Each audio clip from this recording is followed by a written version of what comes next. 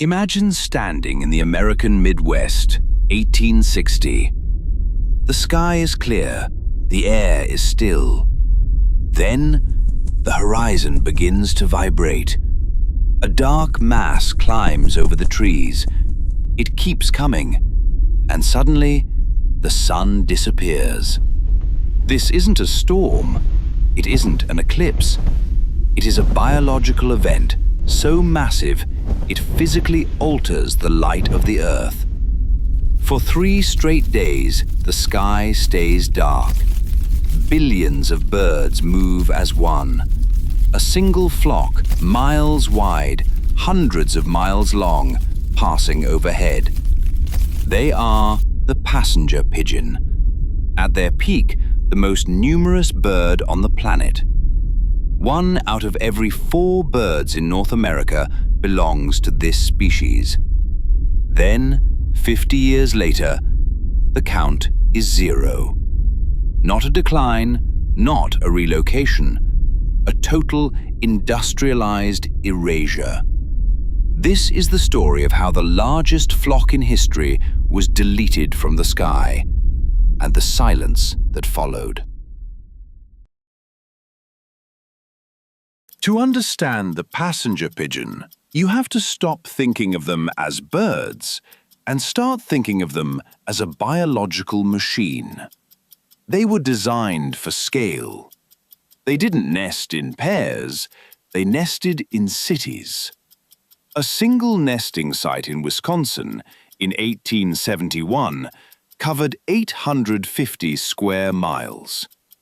Every single tree in that radius was filled with hundreds of nests. They were the architects of the American forest. When billions of pigeons landed, their collective weight would snap the branches of ancient oaks. Their droppings, inches deep, would kill off the underbrush, effectively resetting the forest floor and allowing new species of trees to grow. They were the engine of the landscape. But the very thing that made them a machine also made them a target. Their reliance on massive numbers meant they were easy to find, easy to track, and, eventually, impossible to protect. We didn't just see a bird, we saw a resource that looked infinite. And that was our first clinical error. In the mid-1800s, the war on the pigeon became a business. This wasn't hunting, it was a harvest. With the expansion of the telegraph and the railroad, professional pigeoners could track the flocks in real time. If a nesting site was discovered in Michigan, hunters from 5 states away would be there within 24 hours. They used every tool available. They used massive nets that could capture thousands of birds in a single drop. They used stool pigeons, live birds with their eyes sewn shut, tied to a pole to decoy the rest of the flock down to the killing floor. The numbers are difficult to process. In 1878, a single site in Petoskey, Michigan, saw 50,000 birds killed every single day for 5 months straight. The birds weren't just being eaten, they were being turned into hog feed. They were being used for feathers. They were being killed just for the sake of the kill. By the 1880s, the infinite machine began to break. The birds needed their massive numbers to trigger their breeding instincts. Once the flocks dropped below a certain threshold, they stopped reproducing. We had broken the clockwork. We were killing them faster than the biology could repair itself. Imagine the psychological shock of 1900. For 300 years, the sky had turned black every spring. And then, one year, it didn't. The roar of the wings was replaced by a silence so profound it felt heavy. People assumed they had just moved. "They've gone to Canada," they said. "They've flown to South America." They couldn't believe that something billions strong could simply stop. But the sky wasn't empty because the birds had moved. It was empty because the birds were gone. Here is where the story turns from tragedy to horror.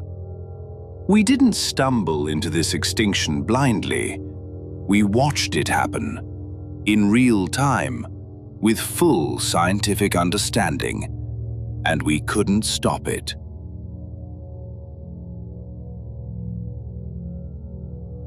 In 1897, Michigan passed the first protection law for the passenger pigeon.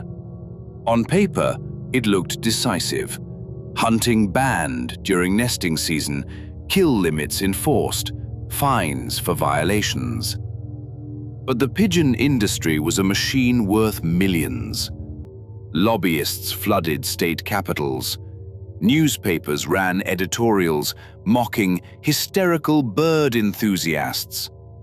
Politicians called the scientists alarmists. The law was gutted before the ink dried. By 1900, ornithologist Simon Pokagon published a dire warning. The breeding threshold had been crossed. Even if every gun went silent tomorrow, the species was likely doomed. The flocks had dropped below the critical mass needed to trigger their mating instincts. The machine was broken. His paper was dismissed as speculative doom-mongering. In 1909, the American Ornithological Union offered a reward of $1,500, a fortune at the time, to anyone who could find a wild nesting pair. It was a desperate public plea. Please, show us we're wrong. No one ever claimed the reward. The sky stayed empty. By then, only 4 birds remained on Earth. 3 males, 1 female. Her name was Martha. Scientists worked around the clock to save her. They tried breeding her with the males. Nothing. They tried artificial insemination techniques that were experimental even by today's standards. Nothing. In desperation, they even attempted crossbreeding with closely related species. Every egg was sterile. The horror isn't that we failed to save them. The horror is that we knew exactly what was happening, and the systems of power, profit, and denial were too strong to override. We had the science. We had the warnings. What we didn't have was the will. By 1910, Martha was alone. She lived in a cage at the Cincinnati Zoo. Thousands came to see her, the last of her kind. But most visitors didn't understand what they were looking at. They saw an old bird in a cage. They didn't see the weight of 5 billion ghosts standing behind her. She wasn't just a bird. She was a living monument to our capacity for industrial destruction. Zookeepers reported that in her final years, she would sometimes make the mating call, a sound that once echoed across entire states. But no one answered.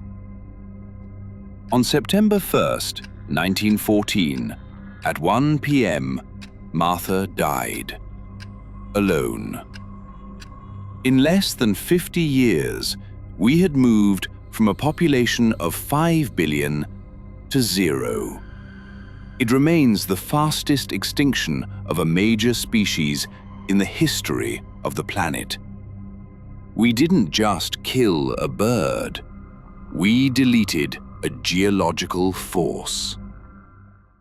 When the passenger pigeon died, they left an ecological black hole. The forests of North America had evolved for thousands of years around the reset the pigeons provided. Without them, the forest grew dense and stagnant. The fire cycles changed. The distribution of nuts and seeds changed. Even today, the American forest is a ghost forest. It is missing its architect. We are living in the ruins of a system that we broke without understanding how it worked.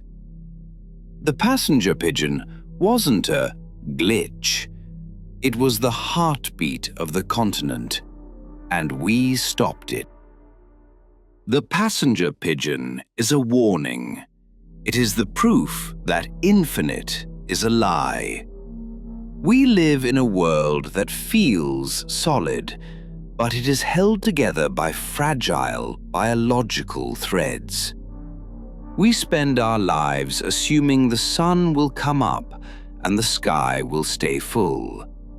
But history shows us that even the billions can be erased if the industrial will is strong enough. The sky went dark once. We should be very, very careful that it doesn't happen again.